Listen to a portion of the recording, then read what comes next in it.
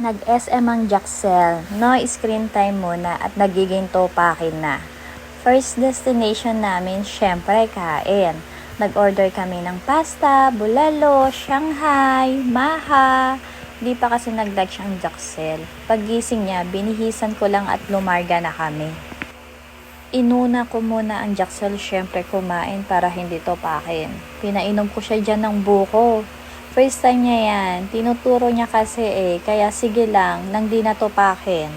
Nang matapos na ang dada niya kumain, at marami na rin namang nakain ng Jaxel, pinaglaro ko muna sila nang makakain naman ako ng ayos.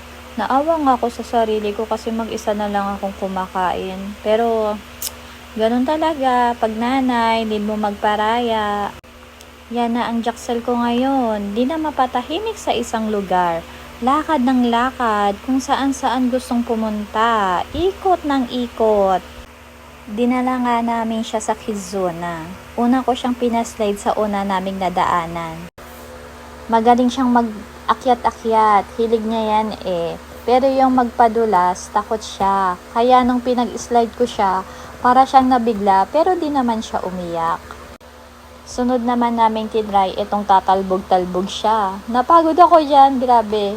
Di nag-enjoy ang Jaxel, kaya lumipat na lang kami. Ito naman yung giant slide nila. Di makaakyat ang Jaxel. Hindi siya pang Jaxel, yung akyatan. And mahirap palang lumakad sa mga bola-bola na to. First time ko kasi. Inakyat siya ng dada niya para makaslide siya. Hinalong na lang at pwede naman pala. Parang nag-enjoy naman ang dada. Nilaro niya din yung mga ibang laruan dyan at mukhang nagustuhan naman niya. Aliw na aliw din siya sa mga nakakasabayan niyang mga naglalaro. Pero bantay sarado ang Jaxel. Mahirap na yung ibang bata kasi na parang kulang ata sa pansin. Kung anong hawak ng anak ko yun yung gustong laruin. Nagbili din kami ng shoes ng Jaxel at luma na yung sandals na ginagamit niya. Na-stress ako dyan at gusto niyang ikalat yung mga nakadisplay. Tantrums talaga pag binuhat mo at inawat. Kumain ulit lang kami bago umuwi at makapagpahinga bago magbiyahe.